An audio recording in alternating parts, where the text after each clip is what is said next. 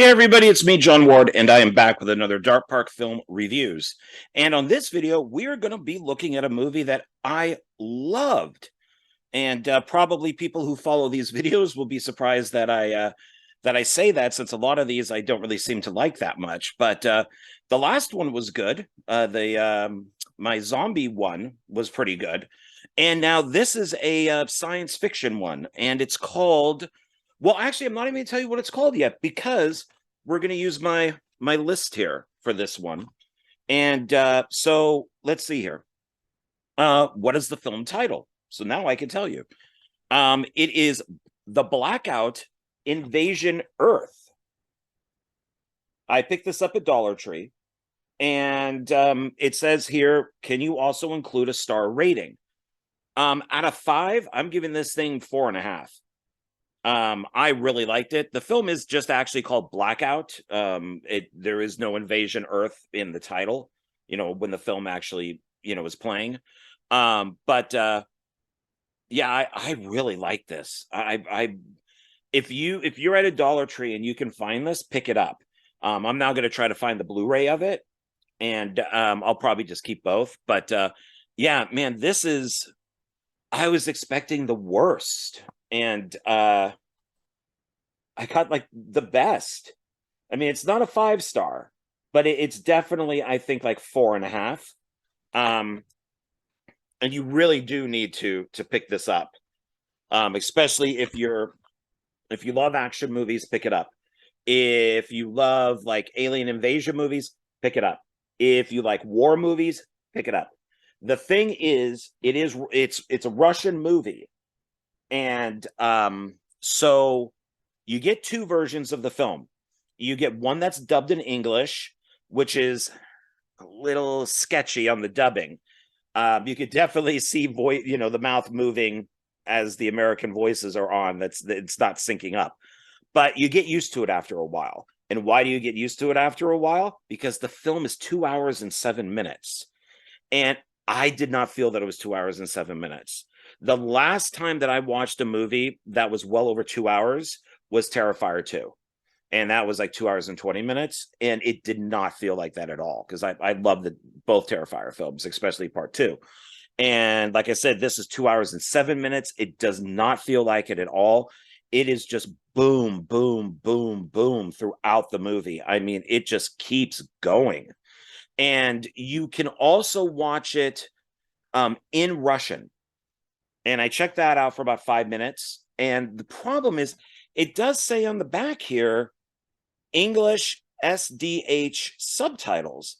I could not get the subtitles to work on either version. They would show up on the screen, like, do you want to do English, French, that type of thing. And then when I would click English, it would just bring up that little box down at the bottom that says, cannot do it. So I don't know why it shows up that I can do it, but it's not doing it.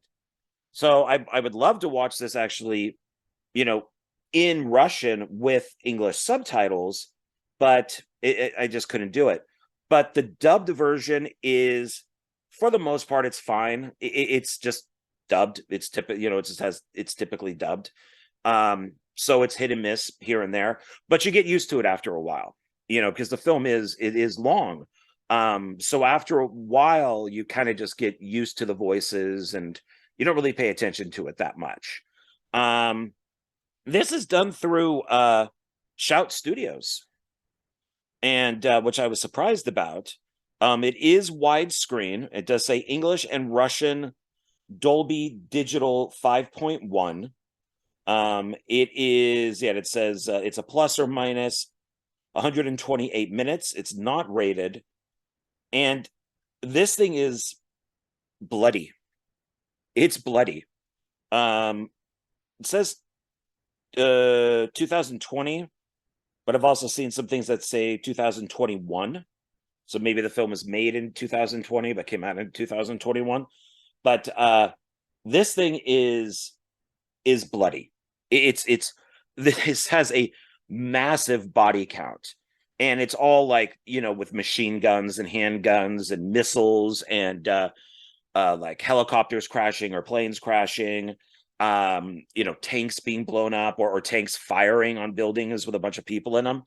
uh it's yeah, it's got a body count, man, and it's bloody. Like I said, it's bloody. It's pretty graphic, and they do not shy away from killing kids or teenagers, which I liked. I mean, I don't like that we shy away from that type of stuff. I know that with all the murders and in the U.S. with all the mass shootings and stuff, it's not, it's probably something that we shouldn't be doing. But in something like this, if entire city streets are where people are basically, these people have been taken over, like they're kind of like dummies, that they're basically slaves to the aliens, and so they attack the soldiers, and they're just being wiped out, and there's kids in there, there's men, there's women.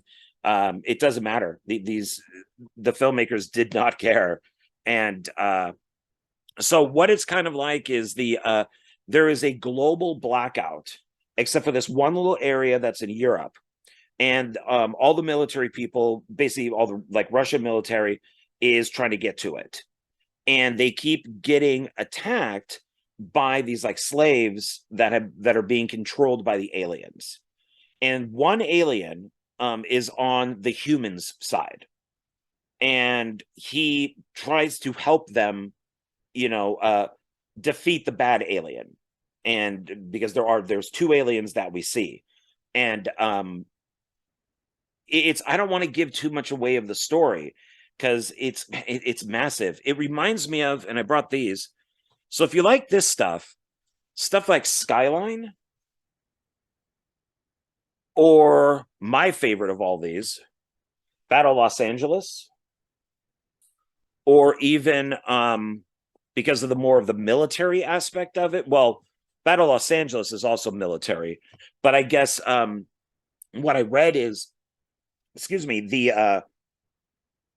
that the blackout was actually helped by the military.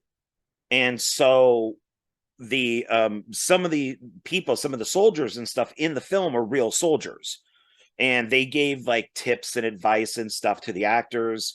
So it was one of those films that actually got the okay from the, I guess the Russian government to be made. The director did say that it's an anti-war film, and I don't know, I don't fully see it, but I guess so. I guess you could look at it from that point of view. So from a more military point of view, I guess it could also be close to Battleship, which I believe was like helped out by our military, by like the Navy and stuff like that.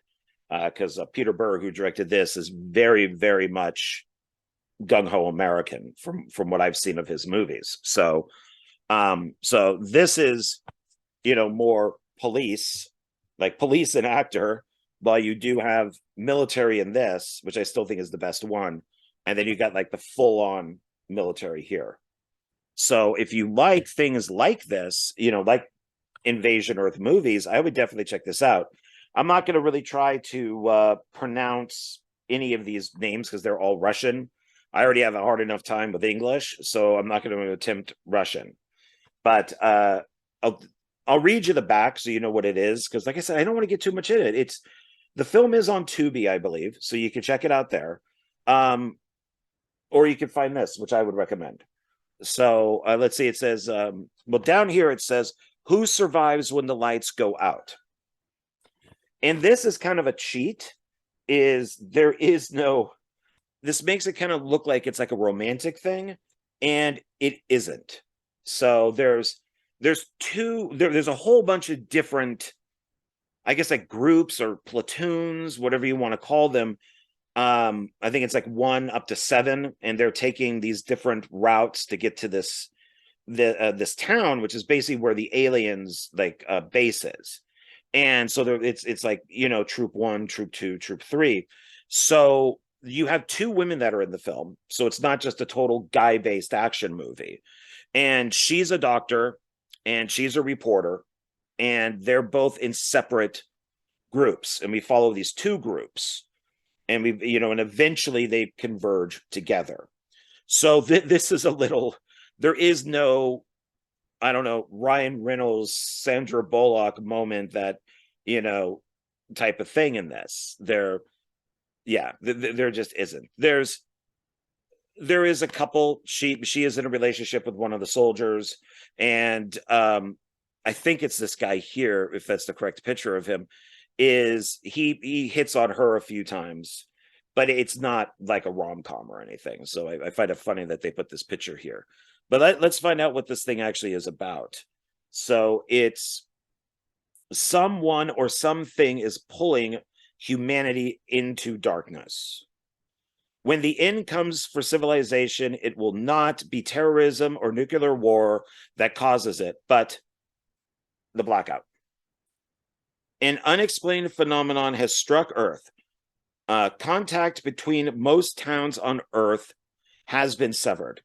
A small area in Eastern Europe is the only location that still has electricity.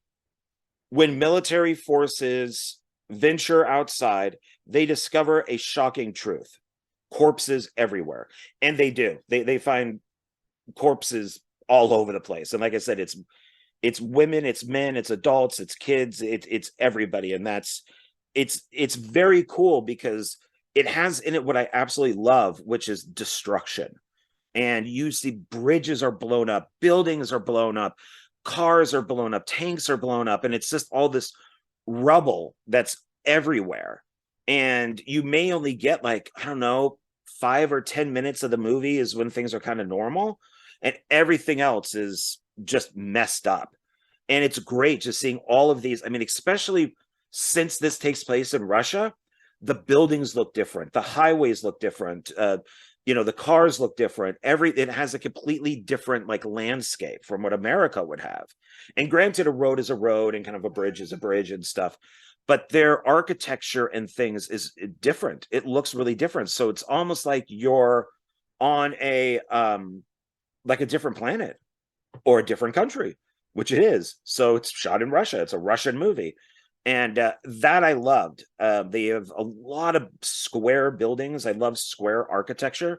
And there's a whole sequence that takes place at these. I don't know if they're supposed to be like condominiums, but they're 2-story and they're square. They're very cool looking.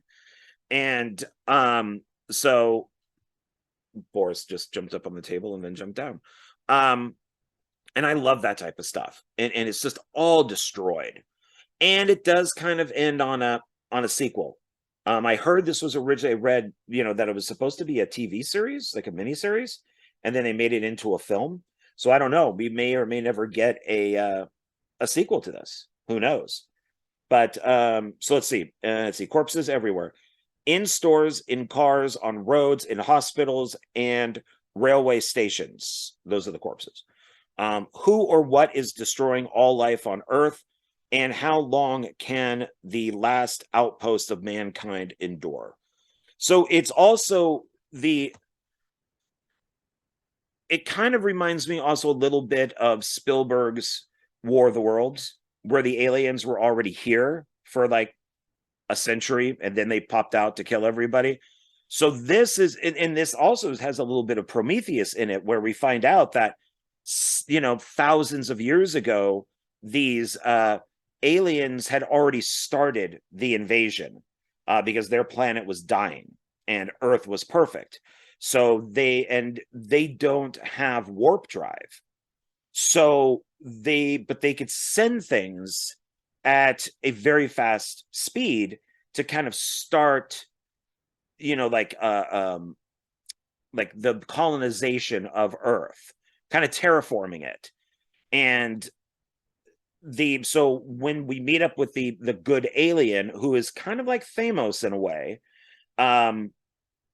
one of the soldiers says, okay, well, what are we looking at as far as years go? And the alien says, well, it'd be like 2,850 years. And the soldier's like, oh, so we have that long to wait? And he goes, no, they're arriving tomorrow.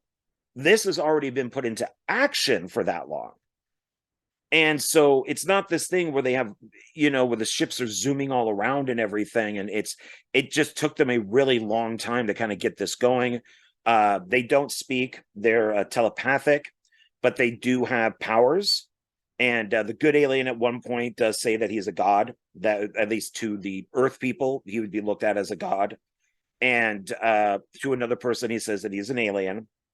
But since the director of this, or directors, have said that it's a kind of an anti-war film, is the alien does go into a speech about how horrible humans are, and that they are, like, the alien and the humans are related, and that the basically humans pretty much had evolved into a race of people that just kill each other. And that's pretty much what we do. That's like what we're born to do, is to kill each other. And I agree with that. I think that we will be our own destruction. And so have many science fiction writers and filmmakers also feel that we will, end our own lives, that we will be, just wiped from the earth at some point. And there aren't too many books about perfect utopias. It's all about dystopias and apocalypses and everything. So I really got into this film. And so I haven't even used my list yet because I just like talking about this movie. So what was your experience with the film? Like I said, I loved it. I gave it 4 out of 5 stars. It asked what type, the genre. I mentioned that, that it's action, it's science fiction, it's war. It's got a few kind of things in it. Does it have a message, which according to the director is anti-war, but it is also about how humans will destroy themselves. What happens in the film? Alien invasion movie. Does the plot make sense? Yeah, I liked it. I thought the plot made perfect sense. Is it easy to follow? I think so. It's not a movie I would recommend that you walk around the house and go get something to drink or go to the bathroom or go wash dishes or something. You should pause it if you have to get up, because there is a lot of dialogue. Is it believable? Sure. Why not? Yeah, totally. I think it's very believable. The characters, who are the main characters and what are they like? The main characters are these two, like I mentioned, these two troops or squadrons that are out there. There's many of them, but we follow the two. And there's the two main men and there's the two main women, and they just have to get from A to B. Who are the actors playing these parts? Are they good in their parts? They're Russian actors. I'm not even going to try to pronounce their names. I don't know if they're good at playing these parts because it was dubbed. As far as the action goes, yes, they played their roles very well. As far as the voices, I have no idea. So because of the dubbing, so maybe one day if I could find subtitles, or maybe the Blu-ray works and I could get subtitles on the Russian version, that'd be great. What is the camera work or animation like? Well, there is camera work. The camera work is really good. It's got a low. There's two ways that the camera was working with this. It was low into the ground to give it kind of like a documentary style, and then it was high looking down on buildings and roads and all of these like slave humans running, where there's like thousands of them. So it has a very kind of Kubrick feel to it, like Full Metal Jacket. But the end, it has this kind of, where it's shot upward and we're seeing everything. It has that more kind of like science fiction dystopian look. That a recent example would be Don't Worry, Honey, a film I know a lot of people didn't like it. It bombed, but I liked it, and it's all shot. A lot of the camera shots are above, looking straight down, and I like that type of filmmaking. See, if there are special effects, what were they like? The effects were excellent. The film takes place a little bit into the future, so it does have some Blade Runner-esque type stuff in it, with things flying around. I thought that all of the visual effects were good. Now I'm watching it on a TV. I'm not seeing it in a theater, so I don't know. Maybe it doesn't look as good on the big screen. I don't know. But on my television, which is 55-inch, it looked very good. So yeah, the effects I thought were quite good, like the VFX. Um, let's see. Are there beautiful scenes? Yeah, there's just some awesome scenes. The photography in this, the color grading is very muted, which I love muted looking movies. And I mean, a lot of my shirts are like gray or olive green, or they're not exactly black, but they're like charcoal black. It's I love muted colors. But if they would fire like a flare, which they do, there's red and blue, they're very red and blue. So when they want the colors to be bright, they're there, like a searchlight or a flashlight. They're very bright, but trees and buildings and costumes and stuff are very muted, and I like that a lot. Are there any moments when the camera is used in an interesting way? Yeah, like I said, low down would be more, documentary style. High up would be kind of more sci-fi dystopian type looks.